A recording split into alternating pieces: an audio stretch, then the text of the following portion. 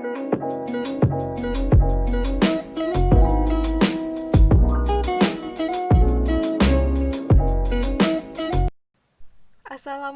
warahmatullahi wabarakatuh. Halo semuanya, saya Feni Anissa dari kelas 12 IPS 3 akan menjelaskan tentang materi Organisasi Masyarakat Ekonomi Eropa atau MEE. Masyarakat Ekonomi Eropa. Masyarakat Ekonomi Eropa adalah lembaga kerjasama ekonomi dan moneter yang lahir dari Perjanjian Roma pada tanggal 25 Maret 1957 tentang pendirian Komunitas Energi Atom dan Masyarakat Ekonomi Eropa. Sejarah terbentuknya MEE.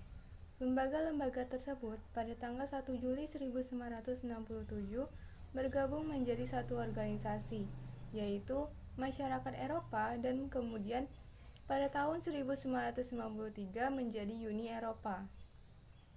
Pada awalnya, kegiatan Uni Eropa hanya terbatas di bidang perdagangan, akan tetapi sejalan dengan pertambahan anggota, kegiatan Uni Eropa berkembang tidak hanya di bidang perdagangan, tetapi dalam bidang yang lebih luas, seperti perpajakan, perindustrian, pertanian, dan politik. Upaya ini dilanjutkan dengan membentuk pasaran bersama, yaitu sebuah perjanjian untuk menghapus halangan terhadap mobilitas faktor produksi sesama anggota Uni Eropa. Sejak berakhirnya Perang Dunia II, Eropa mengalami kemiskinan dan perpecahan. Usaha untuk mempersatukan Eropa sudah dilakukan, namun keberhasilannya bergantung pada dua negara besar, yaitu Prancis dan Jerman Barat. Pada tahun 1950, Menteri Luar Negeri Prancis, Maurice Schumann, berkeinginan menyatukan produksi baja dan batu bara Prancis dan Jerman dalam wadah kerjasama yang terbuka untuk negara-negara Eropa lainnya, sekaligus mengurangi kemungkinan terjadinya perang. Keinginan itu terwujud dengan ditandatanganinya perjanjian pendirian pasaran bersama batu bara dan baja Eropa oleh 6 negara, yaitu Prancis, Jerman Barat, Belanda, Belgia, Luksemburg, dan Italia. Keenam negara tersebut selanjutnya disebut dengan The Six States. Selanjutnya, tujuan pembentukan Organisasi Masyarakat Ekonomi Eropa.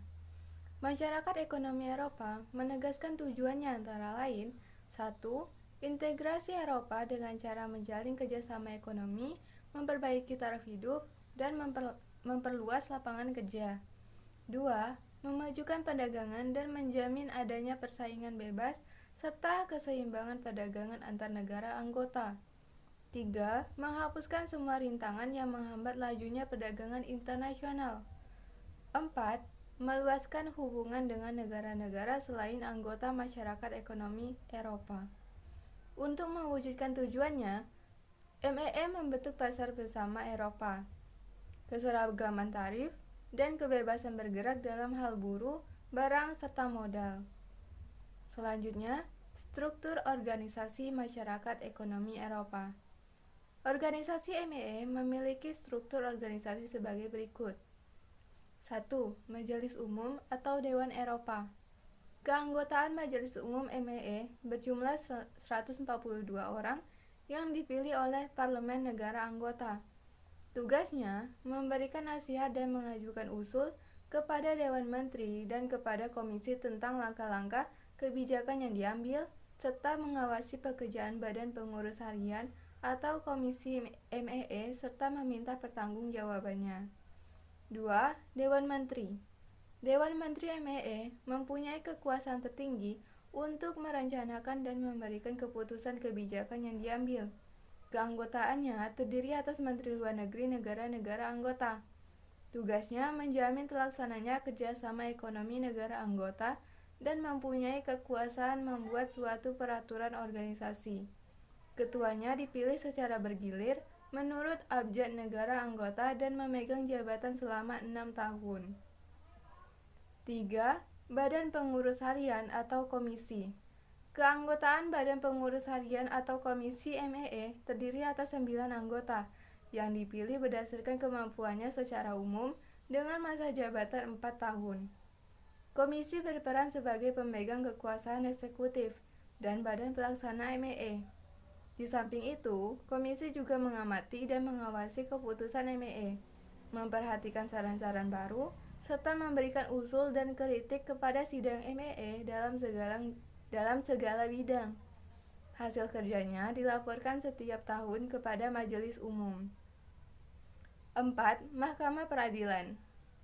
Keanggotaan Mahkamah Peradilan MEE sebanyak 7 orang dengan masa jabatan 6 tahun yang dipilih atas kesepakatan bersama negara anggota. Fungsi peradilan administrasi MEE yaitu peradilan pidana terhadap keanggotaan komisi dan peradilan antar negara anggota untuk menyelesaikan perselisihan yang timbul di antara para negara anggota. Peradilan konstitusi berfungsi untuk menyelesaikan konflik perjanjian internasional. Selanjutnya, perubahan masyarakat ekonomi Eropa menjadi Uni Eropa melalui perjanjian. Ke-12 negara anggota masyarakat Eropa dipersatukan dalam mekanisme kesatuan Eropa dengan pelaksanaan secara bertahap. Perjanjian Uni Eropa mulai dilaksanakan pada tanggal 1 Januari 1953 setelah diratifikasi oleh semua parlemen anggota masyarakat Eropa. Mulai tahun 1959, masyarakat Eropa hanya mengenal satu mata uang yang disebut European Currency Unit. Beberapa bentuk perjanjian yang pernah dilakukan MEE harus mengalami beberapa kali amandemen. Hal itu berkaitan dengan bertambahnya anggota. Keanggotaan Uni Eropa terbuka bagi semua negara dengan syarat negara tersebut berada di kawasan benua Eropa.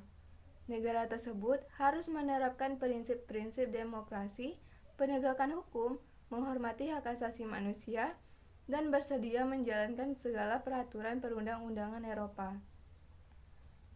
Berikut adalah negara-negara anggota Masyarakat Ekonomi Eropa atau Uni Eropa. Demikianlah penjelasan yang dapat saya sampaikan. Mohon maaf apabila ada salah kata dan penjelasan yang kurang dimengerti. Saya akhiri. Wassalamualaikum warahmatullahi wabarakatuh. Dan jangan lupa untuk patuhi protokol kesehatan. Sampai jumpa.